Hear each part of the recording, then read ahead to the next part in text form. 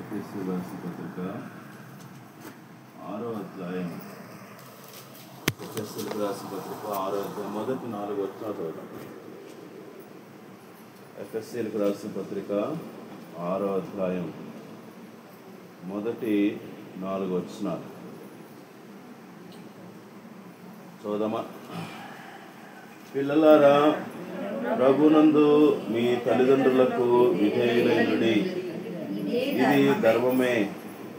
నీకు మేలు కలుగునట్లు నీ తండ్రిని తల్లిని సన్మానింపుము, అప్పుడు నీవు భూమి మీద దీర్ఘాయుష్మంతుడగుదువు. ఇది వాగ్దానముతో కూడిన ఆజ్ఞలలో మొదటిది. తండ్రులారా, మీ పిల్లలకు కోపము రేపక ప్రభు యొక్క శిక్షలోను బోధలోను వారిని పెంచుడి. ప్రభు ఈ మాటలు మనందరి వినికిడిలో స్థిరపరిచి ఫలింపచేయనుగాక. చిన్న ప్రార్థన చేసుకున్నాం. ప్రేమగల మా ప్రభువా, వాక్యమైనటువంటి మా దేవుడు, ఆనాడైతే మా ప్రభువా మరి పలు విధాలుగా మీరు మాట్లాడిన దేవుడు, ఈనాడు అయ్యా వాక్యము ద్వారా మాట్లాడుతున్నటువంటి దేవుడు అని మా ప్రభువా సాగిలు పడతా ఉన్నాను. అయ్యా, జీవము గల మీ మాటలు ఆలోచిస్తున్నప్పుడు మా హృదయాలు విశాలపరచండి. మీ మాటలలో ఉన్నటువంటి భావాన్ని అర్థం చేసుకునేటువంటి కృపను మా ప్రభువా ఆత్మదేవా మరి కూడి వచ్చిన ప్రతి బిడ్డకి మీరు అనుగ్రహించండి. దేవా, విని విడిచిపెట్టే మనసు నా ప్రభువా, వినటానికి నిర్లక్ష్యమైనటువంటి మనసు దేవా మా ప్రభువా మరి మాలోంచి మీరు తీసివేయండి. మరి శ్రద్ధ కలిగినటువంటి మనస్సు దేవా, మీ వాక్యాన్ని మా ప్రభువా మరి మా జీవితాల్లోకి అన్వయించుకునేటువంటి మనస్సు మా ప్రభువా మీరు మాకు నూతనంగా మీరు పుట్టించమని, వాక్యానికి మీ సన్నిధికి విరోధంగా పనిచేసే దుష్టుడి యొక్క ప్రతి కార్యాన్ని ఆలోచన మీరు రద్దుపరచమని, మీ కృపకు నా ప్రభువా మరి మీ దాసును అప్పగించుకుంటూ ఇప్పుడు వచ్చిన బిడ్డలను అప్పగించుకుంటూ మా ప్రభువా క్షేమాభివృద్ధి పొందుకునే నిమిత్తము మీరు మాట్లాడమని యేసు క్రీస్తు ప్రభు నామములోనే స్తుతిస్తూ అడిగి పెడుకుంటున్నాము తండ్రి, ఆమేన్. ఈ 6వ అధ్యాయంలో మనం చూసినప్పుడు మరి అపోస్తలుడైన పౌలు గారు మరి దేని గురించి మాట్లాడుతా అంటే 5వ అధ్యాయం నుంచే మరి ప్రాక్టికల్ లైఫ్ అంటే విశ్వాసులు వారి యొక్క జీవితం ఎలా ఉండాలి అనే విషయాలు మాట్లాడుతా భార్య అంటే కుటుంబాల గురించి ప్రాముఖ్యంగా మాట్లాడతారు.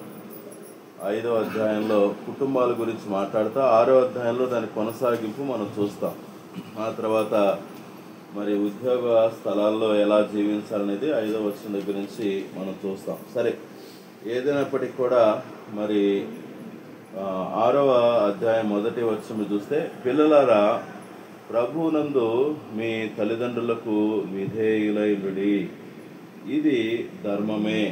ధర్మమే అనేటువంటి మాట తెలుగులో ఉంది కానివ్వండి, ఇంగ్లీష్లో ఏమున్నాయంటే అంగీకారమైనది లేకపోతే ఇష్టమైనది. ఎవరికి ఇష్టమైనది? దేవునికి ఇష్టమైందంట. అర్థమవుతా ఉందా? పిల్లలారా మీ తల్లిదండ్రులకు ఏమవ్వమంటున్నాడు దేవుడు? విధేయత చూపించండి. పిల్లలారా మీ తల్లిదండ్రులకు విధేయత చూపించండి. చిన్నవారులారా పెద్దవారికి విధేయత చూపించండి. విధేయత అనేటువంటి మాట అండి చాలా ప్రాముఖ్యమైన మాట. ఇది మనం ఎంత ఎక్కువగా దేవుని దగ్గర అడిగితే అంత ఎక్కువ ఆశీర్వాదాలు. ఏమండి, విశ్వాస జీవితంలో ఒక విశ్వాసి ఆశీర్వాదం రావాలంటే వారి జీవితాల్లోకి చాలా ఇంపార్టెంట్ ఏంటి తెలుసా? విధేయత. అర్థమవుతా ఉందండి? విధేయత ద్వారా దేవుని బిడ్డల జీవితాల్లో ఏం అనుభవించగలరు? ఆశీర్వాదం. అర్థమవుతా ఉందండి? విధేయత అది కొంచెం సాక్రిఫైస్తో కూడుకున్నదే. విధేయత అనేది త్యాగంతో కూడుకున్నది. నేను ఏదన్నా ఒకరికి విధేయత చూపించాలంటే నేను కొన్ని ఏం చేయాల్సి వస్తుంది? వదులుకోవాల్సి వస్తుంది. ఈరోజు మీకు 3 విషయాలు చెప్తాను. విధేయత యొక్క ఏ విషయాల్లో మనం విధేయత చూపించాలి, ఒక మనిషి ఏ విషయాల్లో విధేయత చూపించాలో ఒక 3 విషయాలు చెప్తాను. ఆ తర్వాత మరి తల్లిదండ్రులు పిల్లల్ని ఎలా పెంచుకోవాలో 5 విషయాలు చెప్తాను. ఓకేనా? శ్రద్ధగా వినండి. సో మొట్టమొదటిది ఏ విషయాల్లో దేవుడు విధేయత చూపించమంటా ఉన్నాడు. ఏమండి, ఇక్కడ చాలాసార్లు దీన్ని మనం ఎలా తీసుకుంటామంటే, పిల్లలారా తల్లిదండ్రుల కంటే నేను ఎవరికి విధేయత చూపించాలనుకుంటాను అంటే దేవుడు దేని గురించి మాట్లాడాలనుకుంటాను. ఒక కుటుంబంలో ఒక కుటుంబంలో ఒక అమ్మాయి లేకపోతే ఒక అబ్బాయి వాళ్ళ నాన్నకి వాళ్ళ అమ్మగారికి విధేయత చూపించాలేమో అనుకుంటాం. ఏమండి, అంతే కదా. దాంతోపాటు మనం ఏం తీసుకోవాలి తెలుసా అండి, చిన్నపిల్లలు పెద్దవారికి విధేయత. ఏమండి, అది కూడా మనం అడగాలి ప్రభుని. నీకంటే వయసులో పెద్దవాళ్ళు ఒక మాట చెప్తానప్పుడు చిన్నవాళ్ళు ఏం చేయాలి? విధేయత చూపించాలి. చాలాసార్లు విధేయత ఒక వయసుకు పరిమితం చేస్తున్నారు. ఈ మధ్యలో చూస్తే పిల్లలు ఏ వయసు వరకు విధేయత చూపిస్తారు? ఒక వయసు వరకు. ఆ వయసు దాటిన తర్వాత వాళ్ళ నోటి నుంచి వచ్చే మాట తెలుసా? నాకు అన్నీ తెలుసులే అంటారు. ఏదైనా ఒక మాట చెప్తాను, పెద్దతనంగా ఒక మాట చెప్తాను అనుకోండి, పెద్దవాళ్ళు ఒక మాట చెప్తాను అనుకోండి, చిన్నవాళ్ళు ఒక వయసు పెరిగిన తర్వాత వాళ్ళు ఏమంటారు? నాకు అన్నీ తెలుసులే, నువ్వు చెప్పాలా ఏంటి? ఏమండి, వయసులో పెద్దవాళ్ళు ఒక మాట చదువుతున్నప్పుడు సరే అనేటువంటి నోట్లోంచి ఒక మాట రావట్లేదు. ఏమండి, కోడలైనా సరే, కోడలు అత్తకి ఏమైంది చెప్పండి? రెప్కా చిలకమ్మ గారికి ఏమైంది? కూతురు. అర్థమైందా? Mother in law. ఇంగ్లీష్లో ఏముంటుంది అత్త అంటే? మదర్ ఇన్ లా అంటే ధర్మశాస్త్రం ప్రకారం తల్లి అని. పెళ్లి చేసుకున్న తర్వాత తెలుగులో అత్త అంటాంలే కానివ్వండి, అసలు వాస్తవానికి ఏమని పిలవాలి తెలుసా? అమ్మ. అత్తయ్యని ఏమని పిలవాలి? అమ్మ అని పిలవాలి. కోడళ్ళు అత్తలని ఎలా చూడాలి? అమ్మగా. అర్థమైంది? ఇదివరకు మీ అమ్మగారు వేరే అయ్యి ఉండొచ్చేమో. ఇంకో కుటుంబంలోకి వచ్చిన తర్వాత ఇప్పుడు మీ అమ్మ ఎవరు? మీ అమ్మ ఎవరు ఇప్పుడు? అత్త. అర్థమవుతా ఉందండి. అంటే ఆ కోడలు అత్తకి ఏం చేయాలని దేవుని వాక్యం చెప్తా ఉంది. పిల్లలారా మీ తల్లిదండ్రులకు ఏం చేయించాలంట? విధేయత. ఏమండి, అలాగని ఇంకొక మాట చెప్తున్నాడు. ఏమన్నాయంటే, అత్తలారా మీ కోడలు కోపం పుట్టించొద్దండి అని. రెండు చాలా బ్యాలెన్స్. అర్థమవుతా ఉందండి. వీళ్ళు నిష్ఠూర పెట్టకూడదు. ఏమండి, ఎవరు వచ్చిన కోడలు ఎవరు? చిలకమ్మగా చెప్పాలి. వచ్చిన కోడలు ఎవరు? కూతురు. మీ సొంత కూతురుని ఎలా చూసుకుంటున్నావో కోడలు కూడా ఏం చేయాలి? అలాగే చూడాలి. దేవుని వాక్యం చెప్తున్న మాట. అర్థమవుతా ఉందండి. నా సొంత మాట కాదు, దేవుని వాక్యం చెప్తున్న మాట. కోడళ్ళారా ఏం చేయాలి? మీ అమ్మగారిని ఏం చేయాలి? విధేయత చూపించాలి. అమ్మగారులారా పిల్లలకి ఏం చేయకూడదు? నిష్ఠూర పెట్టకూడదు. అర్థమైందా? వాళ్ళ యొక్క అభిప్రాయాలు కూడా ఏం చేయాలి? మనం గౌరవించాలి. ఎప్పుడు కోపం వస్తుంది? నేను పట్టుకున్న దానికి 3 అనుకున్నాను అనుకోండి, ఏమవుద్ది? అర్థమవుతా ఉందండి. వాళ్ళ ఆరోగ్యాలు చూసుకోవాలి, వాళ్ళ యొక్క అవకాశాలు చూసుకోవాలి. నేను ఏదనుకుంటే అదే జరగాలి అని మొక్కు పట్టు అనుకోండి, ఏం తెప్పిస్తాం? కోపం తెప్పించాలని అవుతాను. కాబట్టి ఈ రెండు చాలా ఇంపార్టెంట్. పిల్లలు పెద్దవారికి విధేయత చూపించిన పెద్దవాళ్ళు పిల్లల యొక్క మనోభావాలు కూడా మరి దృష్టిలో పెట్టుకొని జీవించడం. రైట్? కాబట్టి దేవుడు మరి ఏం కోరుకుంటున్నాడు మనిషి దగ్గర నుంచి అంటే విధేయత. ఏమండి, విధేయత దేవుడు కోరుకుంటున్నాడంట. ఏ విషయంలో దేవుడు విధేయత కోరుకుంటున్నాడు అంటే, మొట్టమొదటిది చూడండి, మత్తయి సువార్త దేవుని యొక్క పిలుపు విషయంలో విధేయత. మొట్టమొదటిది దేని విషయంలో విధేయత దేవుడు కోరుకుంటున్నాడంట? పిలుపు విషయం. మత్తయి సువార్త 11వ అధ్యాయము 28వ వచనం చూద్దామా? మత్తయి సువార్త 11:28. ప్రయాసపడి భారం మోసుకొనుచున్న సమస్త జనులారా నా యొద్దకు రండి, నేను మీకు విశ్రాంతిని కలుగచేతును. మొట్టమొదటి విధేయత ఏమండి మనం దేని విషయంలో చూపించాలి తెలుసా? దేవుని యొక్క పిలుపు విషయంలో. ఏ విషయంలో? దేవుడు దేని విషయం అయితే నన్ను పిలుస్తా ఉన్నాడో దాని విషయంలో నేనేం చూపించాలి? విధేయత చూపించాలి. దేవుడు మొట్టమొదటగా మానవుణ్ణి దేని విషయంలో పిలుస్తాడే అంటే ఆయన ఇచ్చే ఆ గొప్ప విశ్రాంతి విషయంలో పిలుస్తా ఉన్నాడు. రెండవ పిలుపు ఏం పిలుపో తెలుసండి? కొరింథీయులకు రాసిన మొదటి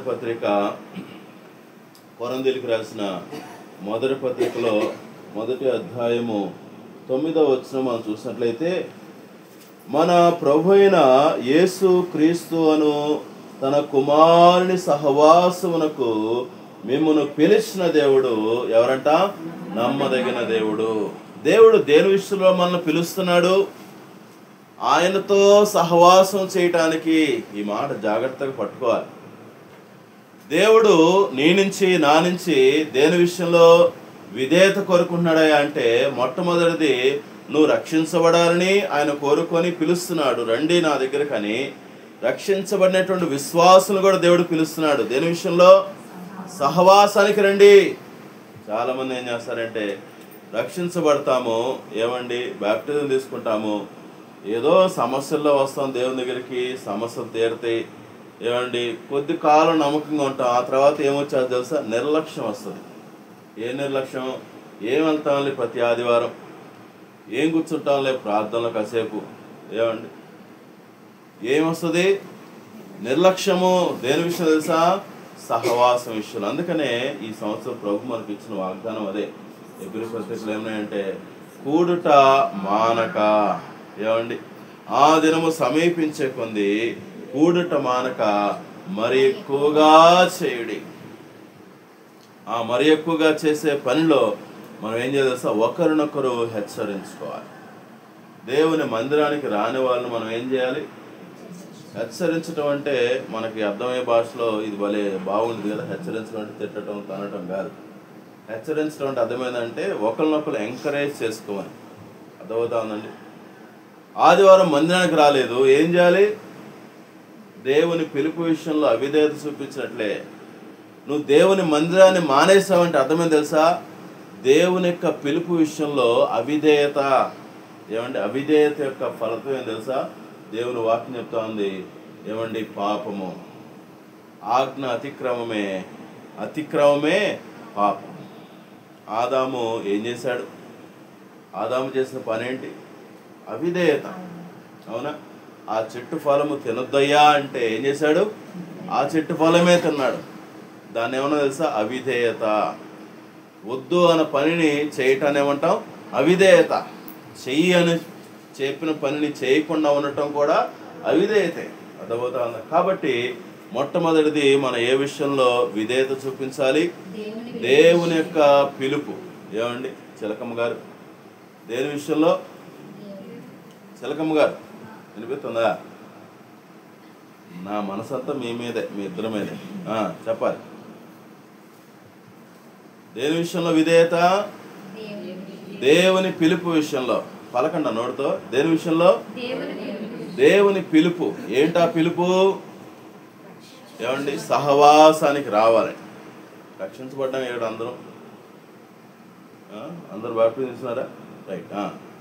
తీసుకోకపోతే మొదటి పిలుపు ఏంటి? దేవుని నమ్ముకోవాలి. దేవుని నమ్ముకున్న మనకి దేవుడిచ్చే మరో పిలుపు ఏంటి? ఆయన సహవాసంలో నిలిచి ఉండాలి. అర్థమవుతుందండి. ఇది చాలా ప్రాముఖ్యమైనది. ఒక్కరోజు మందిరం మానితే ఏమైంది అంటే ఏమైంది చెప్పండి? పాపం. ఎలా పాపమైంది అది? చెప్పాలి. ఎలా పాపమైంది అది? అవిధేయత. ఎలా పాపమైంది అది? అవిధేయత. దేవుడు సహవాసానికి పిలిస్తే, సహవాసంలో ఉండాలని ఆయన మనం పిలిస్తే సహవాసాన్ని మానేటువంటి అర్థం ఏంటి? అవిధేయత. అది పాపము. ఏమండి మందిరం మానటమే కాదండి, ప్రతిరోజు కూడా దేవుడితో సహవాసం తెలుసా? దేవునితో సహవాసం. ఏమండి విశ్వాసులతో సహవాసం చేయాలి, అది ఇంపార్టెంటే. రెండోది ఏం చేయాలి? దేవునితో సహవాసము. యోహాను రాసిన మొదటి పత్రికలో యోహాను భక్తుడు ఈ రెండింటి గురించి మాట్లాడారు కదా. మన సహవాసం అయితే ఎవరితో అంటే చూద్దాం మాట. యోహాను రాసిన మొదటి పత్రిక 1వ అధ్యాయము 3వ వచనం చూద్దామండి. యోహాను రాసిన మొదటి పత్రిక 1వ అధ్యాయం 3వ వచనం. మాతో కూడా మీకును సహవాసము కలిగినట్లు మేము చూచిన దానిని వినిన దానిని మీకు తెలియజేసి, మన సహవాసం అయితే తండ్రితో కూడాను ఆయన కుమారుడైన యేసు క్రీస్తుతో కూడాను ఉన్నది. ఎవరితో అంట సహవాసము? మీతో సహవాసం అంటా ఉన్నాడు. రెండోది ఎవరితో అంట? క్రీస్తుతో, తండ్రితో సహవాసము. ఇది ఎలా చేస్తావు? ఏమండి, సహోదరులతో సహవాసం అంటే గృహకుడికి వెళ్ళి మనం సహవాసం ఉంటాం. తర్వాత శుక్రవారం ప్రార్థన సహవాసం అది, తర్వాత శనివారం ప్రార్థన సహవాసం అది, తర్వాత ఆదివారం ఆరాధన. ఇదేంటిది? ఎవరితో సహవాసం? విశ్వాసులతో సహవాసము. రెండవ సహవాసం ఏంటి తెలుసా? దేవునితో సహవాసం. ఏమండి, దేవునితో సహవాసం అంటే ఎలా చేస్తాం? వ్యక్తిగత ఏమండి మరి దేవునితో గడిపేటువంటి వ్యక్తిగత సమయం, దేవునితో గడిపే వ్యక్తిగత సమయం. ఏమండి, చేసుకుంటున్నారా ప్రార్థన? ప్రతిరోజు కొద్ది సమయము ప్రార్థన చేసుకుంటున్నారా? ప్రతిరోజు కొద్ది సమయము దేవుని వాక్యం చదువుకుంటున్నారా? ఏమండి, ఒకవేళ అది మనం చేయట్లేదంటే అర్థం ఏంటి? అవిధేయత. ఏంటిది? అవిధేయత. దేవుడు మనం పిలిచిందే సహవాసానికైతే దేన్ని మనం నిర్లక్ష్యం చేస్తున్నాం? సహవాసాన్ని నిర్లక్ష్యం చేస్తున్నాం. ఎందుకు సహవాసం నిర్లక్ష్యం చేస్తున్నాం అంటే ఏం చెప్తా తెలుసా? ఏమండి, ఎన్ని కారణాలు చెప్పుకుంటామో. ఏమని? అన్న ఇంట్లో ప్రార్థన చేసుకోవడానికి అసలు తీరిక లేదన్న. ప్రార్థన చేసుకుందామంటే అసలు ఇంట్లో కుదరదన్న. ఎందుకు కుదరదు? పిల్లలు ఉన్నారు, వీళ్ళున్నారు, వాళ్ళు ఉన్నారు, వీళ్ళున్నారు. ఇప్పుడు చెప్పండి, పరిష్కారం ఏంటి? చిన్నపిల్లలు ఉన్నారు అనుకోండి, పరిష్కారం ఏంటి? రేపుగా చెప్పాలి. చిన్నపిల్లలు ఉన్నారు, పొద్దునంతా నీకేముంటుంది? పని ఉంటుంది. అవునా? పిల్లలకు భోజనం పెట్టడం, పొడుగు పెట్టడం, లెగిస్తే మళ్ళా ఉయ్యాలేసి ఊపటం. అవునా? మీ భర్త వస్తే కాసేపు ఆయనకి పరిచర్య చేయటం, ఇవన్నీ ఉంటాయి పగలంతా. ఎప్పుడు ప్రార్థన చేసుకుంటాం? మరి ఇంకా ఎప్పుడు ప్రార్థన చేసుకునే అవకాశం ఏంటి? సింపుల్గా ఏం చెప్పవచ్చు రేపుగా కూడా? యాడు కుదురుతుందన్న. అర్థమైంది? Praise lord. నైట్ టైం అర్థమవుతుంది. కాస్త వాళ్ళు పడుకున్నప్పుడు ఒక్క గంట సేపు, లేకపోతే వాళ్ళు లేవక ముందు ఒక గంట సేపు. ఏమండి, ఏముండాలి దానికి తెలుసా? ఆసక్తి ఉండాలి. ఏమండి, నాకేముండాలి? ఇంట్రెస్ట్ ఉండాలి, నాకు ఆశ ఉండాలి. నాకు ఆశ లేకపోతే నేను అసలు లెగుతానా? రేపు పొద్దున్నే 4ంటికి ట్రైన్ అనుకోండి, ఏం చేస్తావు? 4ంటికి ట్రైన్ ఏం అవుతాలే అని లేకపోతే నువ్వు పడుకుంటావా? నీకు రాత్రి నిద్రే పట్టదు. ఎప్పుడు తెల్లారిద్దా, ఎప్పుడు తెల్లారిద్దా. దావీదు భక్తుడు అంటాను అన్నమాట. ఏమంటే, ప్రభువా నీ సన్నిధి కొరకు వేకో జావనే ఏమండి నా యొక్క స్వరము నాతే నా ప్రార్థన కనిపెట్టుకుని ఉన్నది అంటే. వేకువ జావునే ఎలా కనిపెట్టుకుని ఉంది? ఎందుకనికి ఎప్పుడు తెల్లారిద్దా అనిపిస్తా ఉంది? ఎందుకంట? ఆసక్తి, ఆశ. అదవుతండి. మనం ఏదైతే ఇష్టపడతామో దానికి ఏం చేస్తాం? అధికమైన ప్రాధాన్యత ఇస్తాం. కాబట్టి మొట్టమొదటిది పిలుపు విషయంలో ఏమండి? విధేయత. రెండోది తెలుసా? దేవుని యొక్క ఆజ్ఞల విషయంలో విధేయత. చూడండి, యోహాను రాసిన మొదటి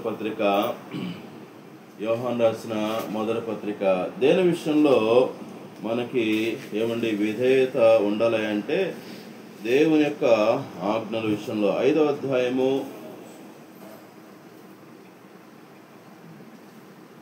2వ వచనం చదవండి. మనము దేవుని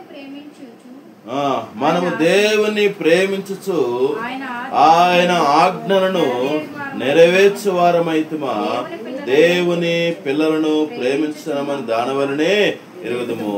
మనం ఆయన ఆజ్ఞలను గైకొనుటయే దేవుని ప్రేమించుట.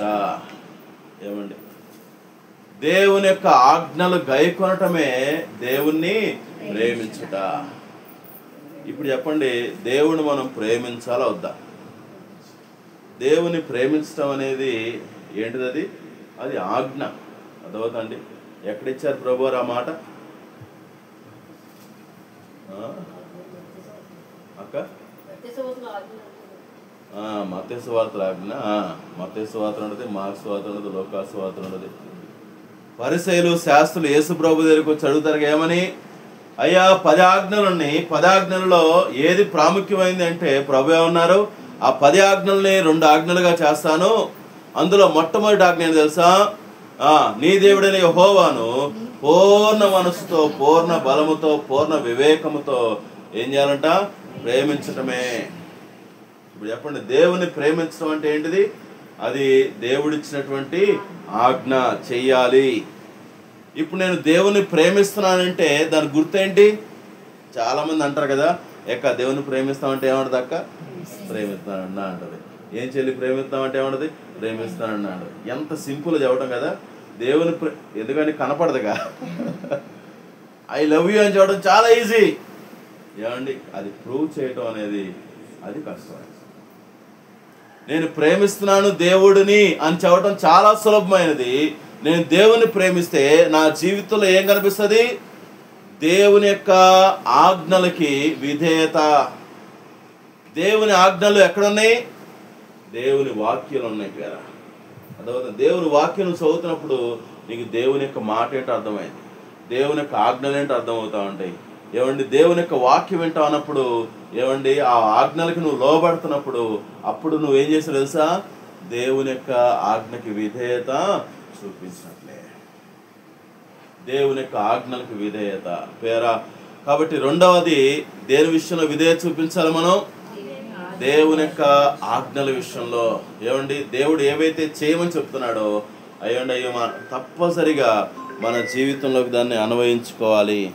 ఆ తర్వాత మరొక మాట చూద్దామా? దేని విషయంలో మనం విధేయత చూపించాలి అంటే చూడండి, మరొక మాట ఒక చిన్న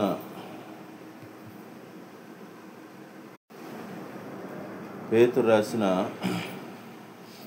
2వ పత్రిక 2వ అధ్యాయము 7వ వచనం. దుర్మార్గుల కామ వికారయుక్తమైన నడవడి చేత బహు బాధపడిన నీతిమంతుడగు లోతును తప్పించను. బహు బాధపడిన, ఏనంత బాధ పాపం వీనికి. అంత బాధపడినాడైతే ఏం చేయాలి అంటే, ఈ బాధ ఎక్కడ బాధ? లోపల బాధ. ఏమండి, పైకేమో అక్కడే ఉంటున్నాడు, ఎవరి మధ్యలో?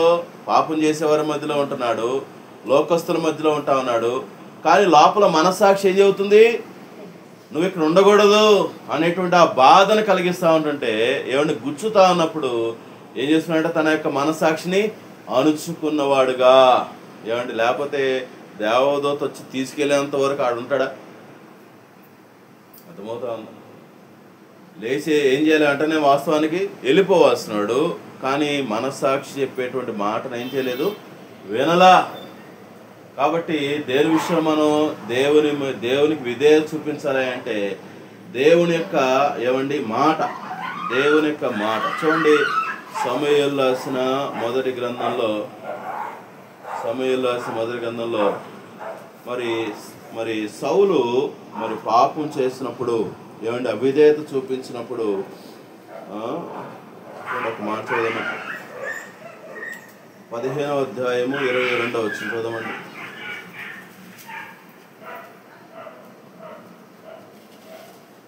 సమూయేలు రాసిన మొదటి గ్రంథము 15వ అధ్యాయం 22వ వచనము. అందుకు సమూయేలు తాను సెలవిచ్చిన ఆజ్ఞను ఒకడు గైకొనుట వలన యెహోవా సంతోషించినట్లు ఒకడు దహన బలులను అర్పించుట వలన ఆయన సంతోషించునా. ఏమండి, సమూయేలుతో ఏమండి దేవుడు చెప్పాడు, ఏమని? నువ్వు సౌలు దగ్గరికి వెళ్ళి ఒక మాట చెప్పాయా, ఏమని? అమాలేకులందరినీ చంపమని. దేవుడు ఏం చెప్పాడు? అమాలేకులందరినీ హతము చేయమంటే, ఏమండి, ఈ బ్రదర్ ఏం చేశాడంట? చూడండి, పైన 11వ వచనం చూడండి. సౌలు నన్ను అనుసరింపక, దేవుడు ఏమని చెబుతున్నాడు? నేను చెప్పిన మాట విననట్టుండే సౌలు గురించి ఏమంటున్నాడు దేవుడు? సౌలు నన్ను అనుసరించలేదు. ఏం చేయలేదంట? సౌలు నన్ను అనుసరించలేదు అంటే అర్థం ఏంటి? నా మాట వినలేదు. నేను చెప్పాను క్లియర్గా, ఏమని? ఇదిగో నువ్వు వెళ్ళి అమాలేకులందరినీ చంపేసి వాళ్ళ పశువులు అన్నిటిని నాశనం చేయమంటే ఈ బ్రదర్ ఏం చేశాడు? కాస్త బలిసినటువంటి గొర్రెలని ఎడ్లని ఏం చేశాడంట, పక్కన పెట్టాడంట. సమూయేలు అలా వచ్చాడు. ఏంటి, దేవుడు చెప్పిన మాట విన్నావా అన్నట్టుగా వస్తే ఏం వినపడుతున్నాయి? గొర్రెల శబ్దాలు వినిపిస్తున్నాయి, ఒంటరి శబ్దాలు వినిపిస్తున్నాయి. వెంటనే వెళ్ళి అడిగాడు, ఏంటయ్యా ఈ శబ్దాలు? చూసారా ఎన్ని కవర్ చేసుకుంటున్నాడు. కాబట్టి దయచేసి అర్థం చేసుకోండి, దేవుడు మనతో మాట్లాడినటువంటి మాటకు మనం ఏం చేయాలి? విధేయత చూపించాలి. మనం చెప్తారా 3 విషయాలు. మొట్టమొదటి ఏంటిది? పిలుపు విషయంలో విధేయత చూపించాలి. రెండవది దేవుడిచ్చినటువంటి ఆజ్ఞల విషయంలో విధేయత చూపించాలి. మూడవది ఏంటిది? దేవుడు చెప్పిన మాట విషయంలో విధేయత. ఈ మూడిట్లో ఎప్పుడు తప్పిపోతామో ఏమండి, అది దేవుడు ఎలా చూసేస్తా? పాపము. ఎందుకు పాపం అనే మాట వాడాల్సి వస్తుంది? దానికి అవిధేయత ఏంటిది? పాపం. అర్థమవుతుందా? రండి. తర్వాత మరి తల్లిదండ్రులు పిల్లల విషయంలో ఎటువంటి బాధ్యత కలిగి ఉండాలో కొన్ని విషయాలు, 5 విషయాలు మీకు చెప్పి నేను క్లోజ్ చేస్తాను. ఎఫ్ఎస్సి పత్రికలో నుంచే మనం చూద్దామండి. ఎఫ్ఎస్సి పత్రికలోనే మనం చదివిన వాక్య భాగంలో నుంచి చదువుదాం. ఎఫ్ఎస్సి పత్రిక 6వ అధ్యాయంలోనే 4వ వచనం.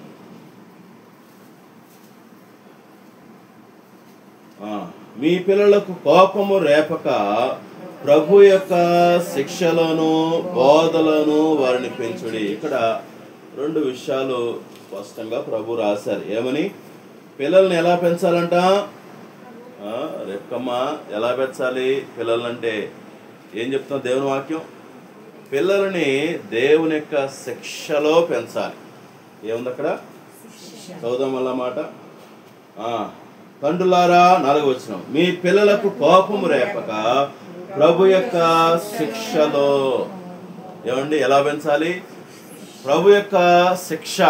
శిక్ష అంటే అర్థమైందంటే 2 విషయాలు వస్తాయి అక్కడ. ఒకటేదంటే డిసిప్లిన్ అని వస్తుంది. రెండోది వచ్చేప్పటికి ఏంటంటే కొన్ని పద్ధతులు నేర్పించడం, ట్రైనింగ్ అని వస్తుంది. Discipline and training.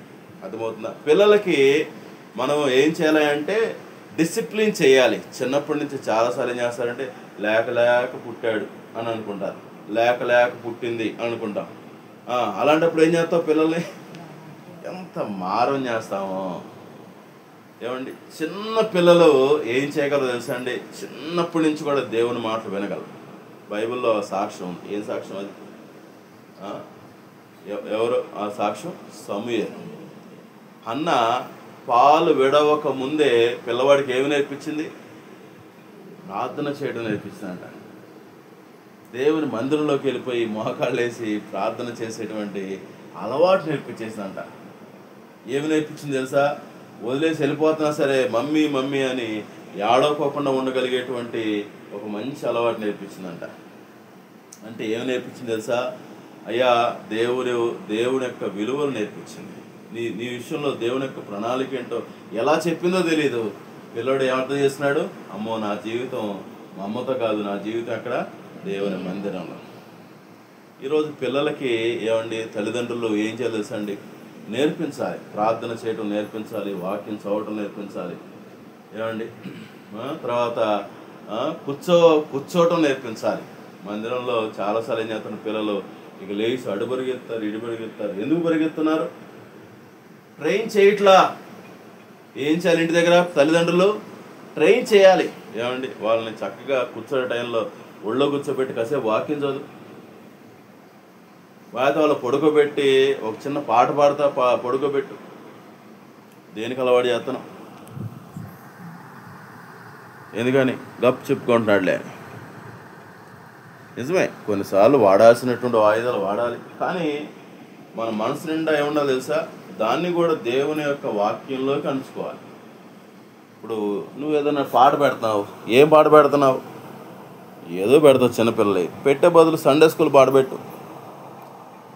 లేవా? చాలా ఉన్నాయి దీంట్లో. కార్టూన్ నెట్వర్క్లోనే కథలు చెప్పే చాలా ఉన్నాయి. కథలు కావచ్చు, అది పాటలు కావచ్చు. కాబట్టి పిల్లలకి ఏం చేయాలి? మనం ఏదో ఒక విధంగా వాళ్ళని ఏం చేయాలి? మనం ట్రైన్ చేయాలి. ఎలా ట్రైన్ చేయాలి? దేవుని సన్నిధికి వచ్చినప్పుడు డిసిప్లిన్గా కూర్చోవడం. ఏమండి ప్రార్థన అన్నప్పుడు కాస్త కళ్ళు మూసుకునేలాగా చేయడం. ఏమండి డిసిప్లిన్ అనేది చాలా ప్రాముఖ్యమైందండి. కాబట్టి ప్రభు యొక్క మాట ఏంటంటే శిక్షలో పెంచండి. ఇది ఎవరి బాధ్యత? సండే స్కూల్ టీచర్ బాధ్యత కాదు.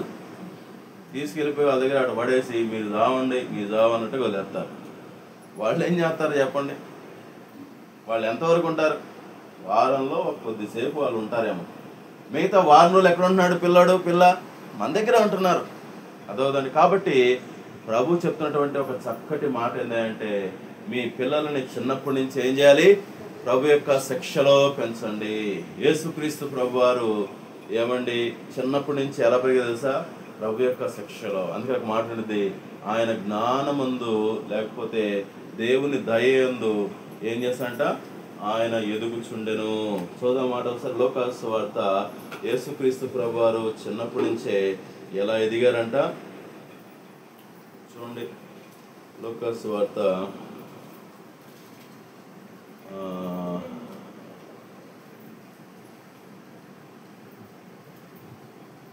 80 వచ్చిందమ్మా. 1:80.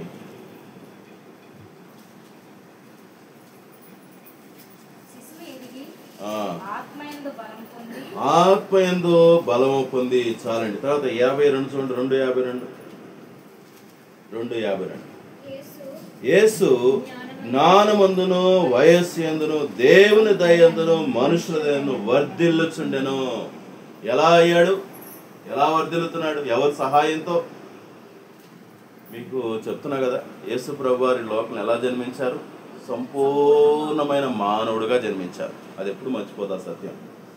ఆయనే అలా పెరిగాడు అనుకోకుండా వాళ్ళ తల్లిదండ్రులు ఎంత భక్తిగా పెంచుంటారో. ఏమంటే నిజంగా మరియమ్మ గారిని మళ్ళీ తల్లి చేయకుండా ఆత్మీయ తల్లి ఎంత చక్కగా పెంచుండిద్దో పిల్లోడిని. ఏమండి ఏమి నేర్పించింది? దేవుని యొక్క జ్ఞానము, ఏమండి దేవుని యొక్క విషయాలు. తర్వాత ఏ దయలు ఎదిగారంట ఆయన? దేవుని దయందు. ఏమండి దేవుని దయ అంటే అర్థం ఏంటి? Favour of God. ఎలా పొందుకుంటాం అది? నా జీవితం సరిగ్గా ఉంటే. అవునా కదా? దేవుని యొక్క ఫేవర్ ఎవరి మీదకి వచ్చింది? ఎవరైతే దేవునికి ఇష్టంగా జీవిస్తారో. అంటే చూడండి ఎలాంటి అలవాట్లు యేసు ప్రభువుకు నేర్పించిందో ఆ తల్లి. దేవునికి ఇష్టమైనటువంటి అలవాట్లు. ఏమండి అబద్ధం ఆడుతాను కొన్ని పిల్లలు ఏం చేయాలి? అబద్ధం ఆడుతుంటే దేవుడికి ఇష్టంగా ఉంటుందా? మనం ఏం చేస్తాం? బలి ఆడేవాళ్ళు అన్నట్టుగా వాళ్ళు నవ్వుతాం వాళ్ళు చూసి. అవునా కదా? వాళ్ళు చిన్న తప్పు చేసి ఏం చేస్తాం? నవ్వుతాం. అది నవ్వితే వాళ్ళకి ఏమొస్తుంది తెలుసా? వాళ్ళకి ఇంకా చేయాలనిపిస్తుంది. అదవుతండి. వాళ్ళు తప్పు చేశారని అనిపించినప్పుడు వెంటనే ఏం చేద్దాం? మనం కరెక్ట్ చేయాలి. చూడండి సామెత గ్రంథంలో ఒక మాట చూద్దామా? సామెత గ్రంథము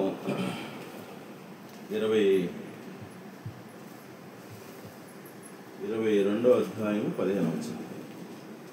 సామెతలు 22:15 చూద్దామండి. బాలుని హృదయములో స్వాభావికముగా పుట్టును. చూడండి మాట పుట్టున్నాం. శిక్షాదండము దానిని చూసారా? మూఢత్వములో ఉండి తోలివేయను. ఏదంటే తోలివేసేది? శిక్షాదండం. కాబట్టి ఒక వయసు వచ్చేంత వరకు పిల్లలు మనం ఏం చేయాలి? డిసిప్లిన్ చేయాలి. అర్థమవుతా ఉందండి? గారాబం ప్రేమించడం గారాబం కాదు. ప్రేమించడం చాలా మంది అనుకోండి గారాబం ప్రేమించడం కాదు. గారాబం చేయడం ఏదంటే పాడు చేయడం. ప్రేమించడం వేరు, గారాబం వేరు. ఏమండి లోకంలో ఈ రెండింటికి తేడా తెలియదు. పిల్లల్ని ప్రేమించాలి. ప్రేమించినప్పుడు నువ్వేం చేస్తావు తెలుసా? వాళ్ళల్లో చిన్న తప్పు వచ్చినా సరే ఏం చేయు? ఓర్చుకోలేదు. గారాబం ఏం చేస్తా అంటే ఓర్చుకునేది. ఏమండి పర్వాలేదులే కాదు. ఏమండి దేవుడు మన విషయంలో ఎలాగున్నాడో మనం పిల్లల విషయంలో ఏమండి దేవుడు ఎంత ప్రేమించాడు? నన్ను ఎంత ప్రేమించాడో. దేవుడు లోకమును ఎంతో ప్రేమించను. ఎంత ప్రేమించాడా అంటే తన ప్రాణం పెట్టేంతగా ప్రేమించాడు. మీరు చెప్పండి, మీరు మీ పిల్లల్ని అలా ప్రేమిస్తాం? అసలు మనం అందులో 10% కూడా ప్రేమించాలి. మరి అట్లాంటప్పుడు మనం ఏం చేయాలి?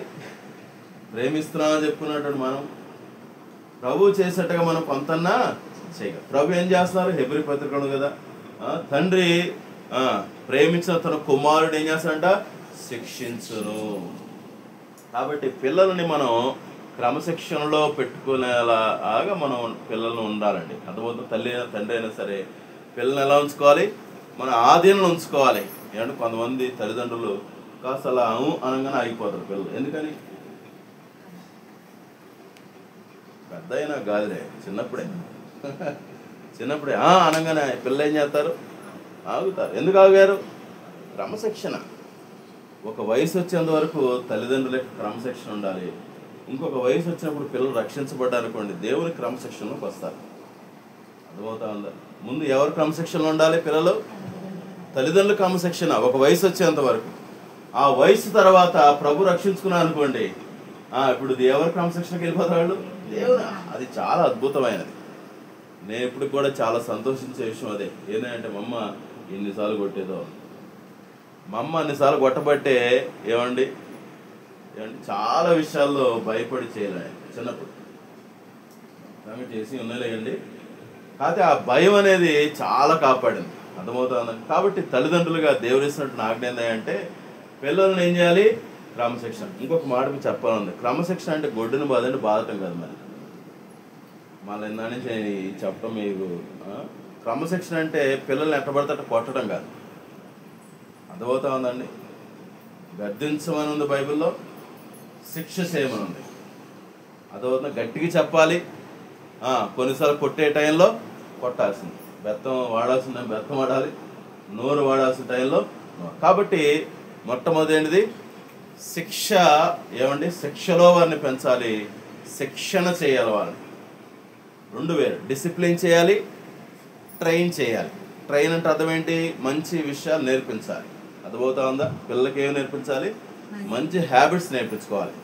చిన్నపిల్లలు పొద్దున్న లేవగానే ఒక మాట చెప్పండి, ఏమని? అరే ప్రార్థన చేసుకోడా? మా పిల్లలు ప్రభు కృపమని చెప్పగలను. మా అమ్మ, నేను అటు ఉద్యోగం వెళ్ళేటప్పుడు మా అమ్మ నేర్పించేసింది చిన్నప్పుడు. లేవంగానే ప్రార్థన చేసుకోనగానే చక్కటక్కడ వెళ్ళిపోతారు, కూర్చొని ప్రార్థన చేసుకుంటారు. ఏం చేసుకుంటారు తర్వాత సంగతి అండి. రెండవది, వాక్యం చదవగా బైబిల్ తీసి ముందు వేసుకుని కూర్చొని చదువుతూ ఉంటారు. ఏం చేయాలి? పిల్లలకి ఏం నేర్పించాలి?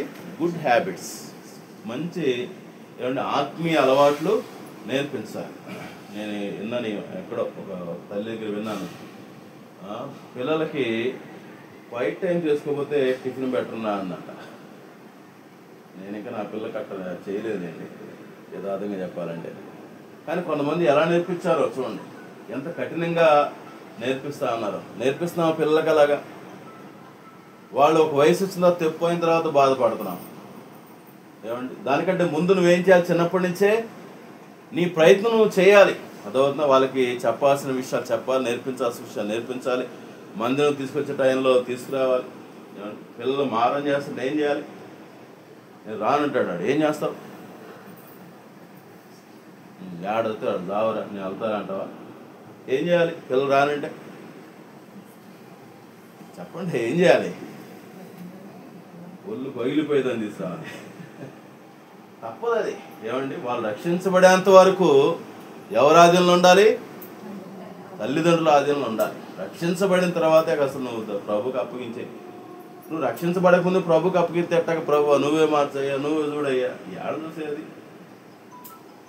కాబట్టి చిన్నప్పటి నుంచే పిల్లల విషయంలో ఏముండాలి? పిల్లల్ని శిక్ష చేయాలి, రెండోది శిక్షణ చేయాలి. అర్థమవుతుందండి. మరొక మాట చూద్దామా? మరొక మాట, బోధించుడి. అక్కడేముంది? ఎఫెసీ పత్రిక 6:4 బోధలోను వారిని పెంచుడి, శిక్షలోను బోధలోను. పిల్లలకి ఏమి నేర్పించాలి? దేవుని యొక్క విలువలు, దేవుని యొక్క వాక్యము, ఆత్మీయత పిల్లలకు నేర్పించాలి. నేర్పించకపోతే ఏమైంది తెలుసా? దానికంటే ముందు ఒక మాట మీరు చూపించి దాని దగ్గరికి వెళ్తాను. న్యాయాధిపతుల గ్రంథంలో చూడండి. పిల్లలకి భక్తి మనం నేర్పించకపోతే, విలువలు నేర్పించకపోతే ఏమైందంటే చూడండి, 2వ అధ్యాయము, న్యాయాధిపతుల గ్రంథము 2వ అధ్యాయము 10వ వచనం.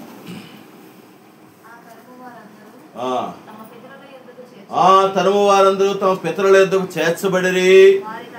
వారి తరువాత యెహోవానైనను ఇశ్రాయేలు కొరకు చేసిన కార్యములనైనను ఎరుగని తరం ఒకటి పుట్టగా. ఎలా వచ్చింది ఈ తరం? ఏమండి, దేవుని ఎరగని వాళ్ళు ఎలా వచ్చారు? దేవుని ఎరిగిన కుటుంబాల్లో నుంచి దేవుని ఎరగని వాళ్ళు ఎలా వచ్చారు? తల్లిదండ్రుల వల్లే వచ్చారు. ఏం చేయలేదు తల్లిదండ్రులు? బోధ చేయలే వాళ్ళకి. ఏమండి, తల్లిదండ్రులు ఏం చేయలేదు వాళ్ళకి? బోధ చేయలా. ఏమండి, పిల్లలు ఎందుకు సంఘాలకు రావట్లేదు, మందిరాలకు రావట్లేదా అంటే పిల్లలకు మనం నేర్పించట్లేదండి. ఏమి నేర్పించట్లేదు? దేవుని గురించిన విషయాలు, ఏమండి, ఆత్మీయ విలువలు, మందిరం యొక్క ఇంపార్టెన్స్ ఏంటి, వాక్యం యొక్క ఇంపార్టెన్స్ ఏంటి, ఏమంటే ప్రార్థన యొక్క ఇంపార్టెన్స్ ఏంటి, పరిశుద్ధంగా ఉండటం యొక్క ఇంపార్టెన్స్ ఏంటి, పిల్లలకు మనం ఏం చేయాలి? చెప్పాలి. మన జీవితంలో దేవుడు నేర్పించిన పాఠాలు పిల్లలకు చెప్పాలి. అరే, నేను అబద్ధం ఆడినప్పుడు దేవుడు నాకు ఇలాగ చేశాడురా, మనం అబద్ధం ఆడకూడదురా. పిల్లలకి అది గుర్తుండిద్దా లేదా? నేను ప్రార్థన చేసుకోవడం రోజు మానేసినప్పుడు నాకు ఈ పరిస్థితులు వచ్చిరా, ప్రార్థన చేసుకోరా అబ్బాయి. ఏమి నేర్పిస్తున్నాం పిల్లలకి? చూడండి ఎలా నేర్పించమంటున్నాడు దేవుడు. ద్వితీయోపదేశకాండము పిల్లలకి ఎలా మనం బోధించుకోవాలంట. 6వ అధ్యాయము, ద్వితీయోపదేశకాండము 6వ అధ్యాయము, ద్వితీయోపదేశకాండము 6వ అధ్యాయము 6వ వచనం చదువుదామా. నేడు నేను నీకు ఆజ్ఞాపించు ఈ మాటలు నీ హృదయములో ఉండవలెను. ఏమండి, నేర్పించేటువంటి తల్లిదండ్రులకి ప్రభు చెప్తున్న మాట ఏంటి? నువ్వు ముందు నీ పిల్లలకు నేర్పించే ముందు ఆ వాక్యము, ఆ విలువలు ఎవరిలో ఉండాలి? నాలో ఉండాలి. నువ్వు ప్రార్థన చేసుకోకుండా అరే ప్రార్థన చేసుకోకపోతే ఎట్రా చేసుకోవాలంటే ఎట్ట కుదురుతుంది? తలుపుతాడేమో కానివ్వండి, వాడి మనసు వంగదు. ఎందుకని? లోపల అనుకుంటాడేమని, మా అమ్మాయి చేసుకోదు సరిగ్గా, టైంకి వెళ్ళరా, లెగవరా, త్వరగా లెగవరా, ఆదివారం త్వరగా ఉండాలరా. నువ్వే జాగు చేస్తా కూర్చుంటావు. తెలియదండి పిల్లలకి నువ్వు ఎంత టైం వేస్ట్ చేస్తున్నావు అని. అర్థమవుదండి. ముందు ఎక్కడుండాలి? చూద్దామాట. ఎక్కడుండాలంట? నీ హృదయములో. పేరా తల్లిదండ్రులారా, ఈ మాట మనం పట్టుకుందామా? నా పిల్లవాడికి బోధించే ముందు దేవుని వాక్యం ముందు నేనేం చేయాలి? నేను కంఠస్థం చేయాలి. అర్థమవుతుందా? 23వ కీర్తన పిల్లలకు నేర్పించాలనుకోండి, తల్లిదండ్రులు ఎట్లా చదివి చదువుతారు పిల్లలకి? పాపం ఏం చదువుకోలేరండి. 23వ కీర్తన నువ్వేం చేయాలి? ముందు నువ్వు చదువుకోవాలి. యెహోవా నా కాపరి, నీ హృదయంలో ఉండాలి. అరే చదువురా, 23వ కీర్తన అప్పచెప్పరా. ముందు నువ్వు అప్పచెప్పి పిల్లలకి నేర్చుకుందాం. పేరా ముందు వాక్యం ఎవరు నేర్చుకోవాలి? మనం నేర్చుకోవాలి. మనం నేర్చుకుని పిల్లలకి ఏం చేయాలి? వాటి మనం నేర్పించాలి. తర్వాత చూడండి ఏం చేయాలంట? 7వ వచనము. నీవు నీ కుమారులకు వాటిని అభ్యసింపచేసి నీ ఇంట కూర్చున్నప్పుడు, త్రోవ నడుచున్నప్పుడును, పండుకున్నప్పుడును, లేచినప్పుడును వాటిని గురించి మాట్లాడు. పిల్లలకి ఏం చేయాలంట? నువ్వు మాట్లాడుతున్నప్పుడు దేవుని మాటలు ఒక్కొక్కటి చెప్పు. యెహోవా నా కాపరి అనరా అంటే ఎందుకు అనరాడు? నేను సర్వశక్తి గల దేవుడును అని దేవుని పేరురా చెప్పురా అంటే ఎందుకు చెప్పరాళ్ళు? ఏం చేయాలి? ఒక్కొక్క మాట మనం వాళ్ళకి నేర్పించాలి. కూర్చున్నప్పుడు, పడుకున్నప్పుడు, ఏమంటే నడుస్తా ఉన్నప్పుడు. చూడండి ఎన్ని విధాలుగా ప్రభు నేర్పించమంటా ఉన్నారు. ఎంత నిర్లక్ష్యమో తల్లిదండ్రులకి. ఏం చేస్తారంటే వదిలేస్తారు చర్చిల మీదకి. ఎవరు నేర్పిస్తారు? పాస్టర్ గారు నేర్పిస్తారు, లేకపోతే సండే స్కూల్ టీచర్ నేర్పిస్తారు. నువ్వేం చేస్తావు? దేవుడు ఎవరిని ఎక్కడ తెలుసా? పిల్లల విషయంలో ముందుగా మనల్ని లెక్క అడుగుతాడు. ఎందుకని? బైబిల్ చెప్తా ఉంది 128వ కీర్తనలో, పిల్లలంట దేవుడిచ్చేటువంటి బహుమానము, స్వాస్యము. ఏమండి? 2 మాటలు వాడారు కదా అక్కడ, బహుమానము, స్వాస్యము. స్వాస్యం అంటే అర్థం ఏంటి? ఆస్తి అంటే అర్థమే తెలుసా? దేవుడు లెక్క అడుగుతాడని. దేవుడు నీకు స్వాస్థ్యం ఇచ్చాడు అనుకోండి, మీ ఆయన నీకు 1000 రూపాయలు ఇచ్చిన రేపు ఏమడుగుతాడు? లెక్క అడుగుతా. ఏం చేసావు అమ్మాయి? నెలంతా ఎంత ఖర్చు పెట్టావు? ఎంత మిగిలిన చెప్పు అంటాడు. అవునా కదా? పిల్లలు ఎవరంట? యెహోవా ఇచ్చు స్వాస్యము. గర్భఫలము దేవుడిచ్చేటువంటి బహుమానం. ఏమండి? బహుమానం అంటే అర్థమైంది తెలుసా? దేవుడు నీకు ఏది ఇవ్వాలో అది ఇచ్చాడని. నేను ఎవరికైనా బహుమానం ఇచ్చాను అనుకోండి, ఎలా ఇస్తాను? ఆలోచించిస్తాను. వాళ్ళ వయసు ఎంత, వాళ్ళకి ఏది ఇస్తే బాగుండుద్ది. చాలాసార్లు ఏమనుకుంటుంటే నాకు మగ పిల్లడు పుడితే బాగుండే, నాకు ఆడపిల్ల పుడితే బాగుండే. ఏ పిల్ల పుట్టాలో ఆయనకు తెలుసు. ఏమండి, పుట్టిన వాళ్ళ విషయంలో నువ్వేమనుకోవాలి? దేవుడు నాకు ఇచ్చిన బహుమానము. అర్థమవుతుందండి? దేవుడు నాకు ఇచ్చిన బహుమానము. కాబట్టి సరే, ఏం చెప్పుకున్నాం మనం? మొట్టమొదటిది శిక్ష చేయాలి, వాళ్ళని డిసిప్లిన్ చేయాలి. రెండోది ట్రైన్ చేయాలి, మంచి అలవాట్లు నేర్పించాలి. మూడోది వాళ్ళకి ఏం చేయాలి? టీచ్ చేయాలి, కొన్ని విషయాలు బోధించాలి, నేర్పించాలి. అర్థమవుతా ఉందా? నాలుగోది మాదిరి చూపించాలి. చూడండి, తిమోతి రాసినటువంటి 2వ పత్రిక, తల్లిదండ్రులు పిల్లలకి ఎవరో తెలుసండి? మాదిరి నేర్పించేటువంటి వారిగా ఉండాలి. చూడండి, 1వ అధ్యాయము 3-5 కలిసి చదువుదామా? నా ప్రార్థనల యందు ఎడతెగక నిన్ను జ్ఞాపకము చేసుకొనుచు నీ కన్నీళ్లను తలుచుకొని నాకు సంపూర్ణ ఆనందమును కలుగుటకై నిన్ను చూడవని రేయింబగల అపేక్ష, నీ యందు నిష్కపటమైన విశ్వాసము జ్ఞాపకము చేసుకొని. సరే, ఆ విశ్వాసం ఎక్కడుందంట? ఎన్నోలైనది? కింద నుంచి 3వ లైన్ చూడండి. ఆ విశ్వాసము మొదట నీ అవ్వైన లోయలోను నీ తల్లి అయిన యునేకిలోను వసించెను. ఇక్కడ ఈ యొక్క లోయ, యునేకే వాళ్ళు ఎలాంటి జీవితం జీవించారు తెలుసా? మాదిరి జీవితం జీవించారు. మాదిరి అంటే అర్థమేంటి తెలుసా అండి? వాళ్ళ జీవితాలు వాళ్ళ పిల్లలు నేర్చుకునేలాగా ఉన్నాయి. వాళ్ళ జీవితాలు పిల్లలు నేర్చుకునేలాగా. నా పిల్లవాడు ఒకటి నేర్చుకోవాలి నా దగ్గర నుంచి అంటే దేన్ని బట్టి నేర్చుకుంటా తెలుసండి? నేను చెప్పిన దాన్ని బట్టి కాదు, నేను జీవించిన దాన్ని బట్టి నేర్చుకుంటాడు. అవునా కదా? నా పిల్లవాడికి నేను చెప్పాను అనుకోండి, నా పిల్లవాడు ఏం చూస్తాడు? నా జీవితం చూస్తాడు. అరే నువ్వు అబద్ధం ఆడకూడదురా అని అన్నా అనుకోండి, వాడు ఏం చేస్తాడు? నా జీవితం ఒకసారి అలా చూస్తాడు. ఎక్కడన్నా అబద్ధవాడిన విషయం కనిపించింది అనుకోండి, వెంటనే తనేం చేస్తాడు తెలుసా? పర్వాలేదులే, నేర్చుకోవడానికి ఇష్టపడ్డు. ఏది నేర్చుకోకుండా అడ్డుపడింది? నా జీవితమే. ఏమండి తల్లిదండ్రులారా, జాగ్రత్తగా ఈ మాట పట్టుకోండి. మన జీవితాలు మన పిల్లలకి ఎలా ఉండాలి? మాదిరిగా ఉండాలి. చెప్పేవారుగా ఉండకూడదు, చెప్పి చూపించేవారుగా ఉండాలి. చూపించేయటమే కాదు, చెప్పి చూపించేవారుగా ఉండాలి. నువ్వు చెప్పినప్పుడు వాళ్ళు చూస్తారు అది నీ జీవితంలో. ఏమంటే ఇక్కడ తిమోతి వాళ్ళ అమ్మగారు, వాళ్ళ అమ్మమ్మ గారు ఎవరంట? మాదిరి జీవితాన్ని చూపించారు. కాబట్టి తల్లిదండ్రులు పిల్లలకి ఎలాంటి వారుగా ఉండాలి? మాదిరి. దయచేసి ఎప్పుడు కూడా ఏమంటే పిల్లల చేత అబద్ధం ఆడివాక. ఫోన్ చేసేవి ఏం చేస్తాం? మీ అమ్మమ్మతోనో లేకపోతే ఎవరితో మాట్లాడుతున్నప్పుడు ఏం చేస్తా? చెప్పాకరా ఈరోజు ఏం వండుకున్నావు అంట. ఏం వండుకున్నావో పిల్లల చేత నువ్వు చెప్పలేదు అనుకోండి, వాడు ఏమన్నా వాడేసుకుంటాడు చెప్పండి? అబద్ధం ఆడతాడు. అర్థమవుతుందా? దూరంగా ఉన్న వాళ్ళకి ఫోన్ చేస్తున్నప్పుడు ఏం చెబుతాను పిల్లలకి? అది చెప్పవాకు రాదు, అది చెప్పవాకు. పిల్లలేమి తక్కువలు కాదండి, మనం అనుకుంటాం కానండి, అన్నీ నేర్చుకుంటాం.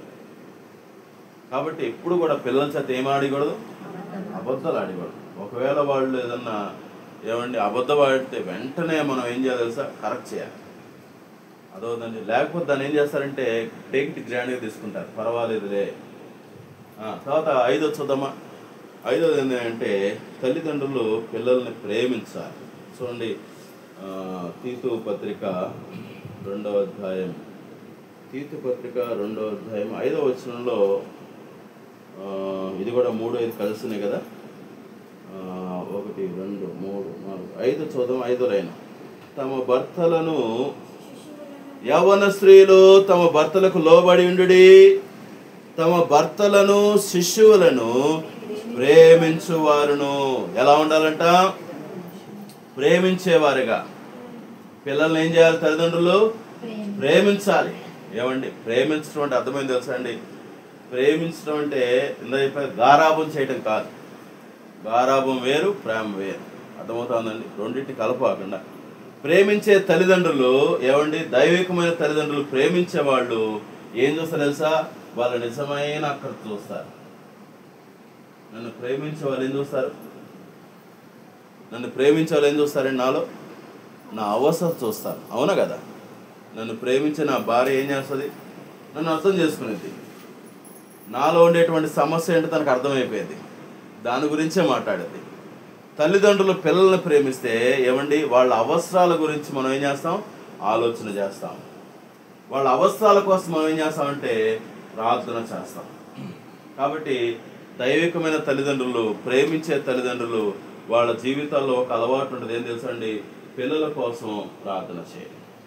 విలాపవాక్యాల గ్రంథంలో ఈ మాట ఉంటుంది, రేయి జామున మొదలే ఏం చేయాలంట?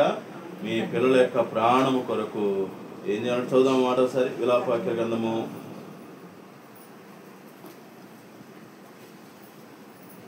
2వ అధ్యాయము 19వ వచనం చదువుదాం. చివరిగా ఈ మాట చూసి మనం ముగించుకుందాం.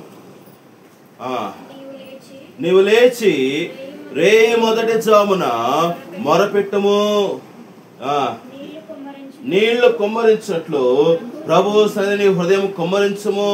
నీ పసిపిల్లల ప్రాణము కొరకు నీ చేతులు ఆయన తట్టు ఎత్తుము. బైబిల్లో ఒక వ్యక్తి చేశాడండి. ఎవరు చేశాడండి? యోబు. యోబు ఏం చేశాడంట? ప్రతి ఉదయము పిల్లల కొరకు ఏం చేశాడంట? ప్రార్థన చేశాడు. ఏమండి, ఈరోజు తల్లిదండ్రులు ప్రార్థనాంశంగా చేరుస్తున్నారు. ఎప్పుడు తెలుసా? ఒక 25 సంవత్సరాలు వచ్చిన తర్వాత మొదలు పెడతాను. ఏమని? అయ్యా ప్రార్థన చేయండి, అయ్యా అన్న ప్రార్థన చేయండి అన్న. తప్పు కాదు అది. అసలు నువ్వు ప్రార్థన ఎప్పుడు మొదలు పెట్టాలి? వాళ్ళు పసిపిల్లలుగా ఉండగానే ప్రార్థన చేయి. ఒక ఆయన మాట చెప్పాడండి, ప్రభు కొట్టుమంటే అది అనుసరించిన ప్రభు సార్ ఏం చేయాలి తెలుసా? పిల్లలు పడుకున్నప్పుడు వాళ్ళ కాళ్ళ దగ్గర కూర్చొని ఏమంటే వాళ్ళ పాదాలు పట్టుకొని ప్రార్థన చేయాలంట. ప్రభువా దయచేసి నా పిల్లని రక్షించయ్యా. పిల్లలు పడుకున్నప్పుడు వాళ్ళ దగ్గరికి వెళ్ళి వాళ్ళ మీద చేయబెట్టి ప్రార్థన చేయండి. ప్రభువా నా పిల్లవాడిని రక్షించయ్యా. బైబిల్లో అగస్టిన్ అని ఒక ఆయన ఉన్నాడండి. బైబిల్ కాదు, సారీ, చరిత్రలో సెయింట్ అగస్టిన్ అని. వాళ్ళ ఆ అగస్టిన్ ఎలాంటి తెలుసా అండి? పచ్చి తాగుబోతు, తిరుగుబోతు. ఎంత తాగుబోతు తిరిగిపోతాయంటే తిరిగి తిరిగి తిరిగి అమ్మాయిలతో తిరిగేసి ఒంటి నిండా కూడా గాయాలైపోయి ఆ గాయాల్లోంచి సీవి గారుతూ ఉండేదంట. పుళ్ళు అయిపోయాడంట. తాగి ఇంటి దగ్గరకు వచ్చట పొడి పడిపోయాడంట గేటు దగ్గర. వాళ్ళ అమ్మ పాపం తీసుకొచ్చేసి మనసులో పొడుగు పెట్టి సాక్స్లు ఇప్పేసి కాస్త దొప్పుడు కప్పేదంట. కప్పేం చేసి తెలుసా? కాళ్ళు పట్టుకొని ప్రార్థన చేసేది. ఎలా చేసి తెలుసా? కన్నీటితో ప్రార్థన చేశారు. ఏమండి, పిల్లలు ఎదిగేటప్పుడే నువ్వేం చేయాలి? పిల్లల కోసం కన్నీటితో ప్రార్థన చేయాలి. రేపు వాళ్ళు ఎదిగిన తర్వాత తప్పిపోతే నువ్వు ఎంత గింజుకున్నా ఉపయోగం లేదండి. అగస్టిన్ సాక్ష్యం చెబుతాడు. ఏం తెలుసా? ఇదిగో నా తల్లి యొక్క కన్నీటి ప్రార్థనలో నేను శిలువ వద్దకు ఏమండి కొట్టుకుని వచ్చాను. ఈరోజు మన పిల్లలు చెప్పగలరా మా అమ్మ నా కోసం ఏడుస్తుందని? మా అమ్మ నా కోసం ఏడుస్తా ప్రార్థన చేస్తుందని చెప్పగలరా? ఎంత క్యాజువల్గా చెప్తామో, ప్రార్థన చేయండి అన్నా, ప్రార్థన చేయండి అన్నా. నువ్వు చేస్తున్నావు అసలు? నిజంగా నీ పిల్లవాడంటే, నీ పిల్లంటే నీకు అంత ఇష్టం అయితే నువ్వేం చేయాలి? వాళ్ళ యొక్క ఆత్మల యొక్క రక్షణ కొరకు కన్నీటితో ప్రార్థన చేయాలి పేరా. కాబట్టి 5 విషయాలు తల్లిదండ్రులు పిల్లల విషయంలో ఏం చేయాలి? మొట్టమొదటిది వారిని శిక్ష చేయాలి. ఏం చేయాలి? శిక్ష చేయాలి, క్రమశిక్షణలో పెట్టాలి. అర్థమవుతుందండి? తప్పు చేసినప్పుడు వెంటనే ఏం చేయాలి? సరిచేయాలి. తప్పు చేస్తే నవ్వకూడదు. ఏమండి, వాళ్ళు తిడితే నవ్వకూడదు. చాలామంది ఎంత భయంకరం అయిపోయారండి తల్లిదండ్రులు. పిల్లల నోట్లోంచి ఒక బూత్ మాటతో నవ్వుకుంటున్నారు. నువ్వు గొప్ప కార్యం చేసినట్టుగా. రేపు వాడు నిన్నే తిడతాడు. ఎవరినో తిడితే అంట ఈ అక్క ఈ అన్నయ్య చేస్తున్నారు, బలి నవ్వుకుంటున్నారు. బలి తిట్టావరా, బలి తిడుతున్నావరా అని. శిక్ష. రెండోది ఏంటిది? క్రమశిక్షణ. ఏంటి క్రమశిక్షణ అంటే? అర్థం ఏంటి? మంచి విషయాలు నేర్పించాలి. అదవుతా ట్రైనింగ్, డిసిప్లిన్, ట్రైనింగ్ అంటే మంచి విషయాలు, మంచి అలవాట్లు ఏం చేయాలి, పిల్లలు నేర్పించాలి. మూడోది ఏంటంటే టీచింగ్. ఏమండి, వాళ్ళకి ఏం చేయాలి, బోధించాలి. ఏమంటే వాక్యం నేర్పించాలి. చిన్న చిన్న కంఠస్థ వాక్యాలు వాళ్ళ హృదయంలోకి ఉండేలాగా నేర్పించాలి. నాలుగోది ఏంటిది, మాదిరి చూపించాలి. తల్లిదండ్రులు పిల్లలకి ఏం చేయాలి, మాదిరి చూపించాలి. మనమే వేరేలా ఉండకూడదు. చివరికి ఏం చేయాలి, ప్రేమించాలి. ప్రేమించే వాళ్ళు ఏం చేస్తారు, ప్రార్థన చేస్తారు. అర్థమైందండి. కాబట్టి ఈ 5 విషయాలు ప్రభు దగ్గర అడుగుదామా? ముందేం చెప్పుకున్నాం మనం, విధేయత. ఏం చెప్పుకున్నాం, విధేయత. ఒక విశ్వాసి దేని విషయంలో విధేయత చూపించాలంటే ఆయన పిలుపు విషయంలో విధేయత చూపించాలి, ఆయన ఆజ్ఞల విషయంలో విధేయత చూపించాలి. మూడవది ఆయన మాట విషయంలో విధేయత చూపించాలి. రండి, కళ్ళు మూసుకున్నట్లయితే ప్రార్థన చేసుకుందాం. ప్రభు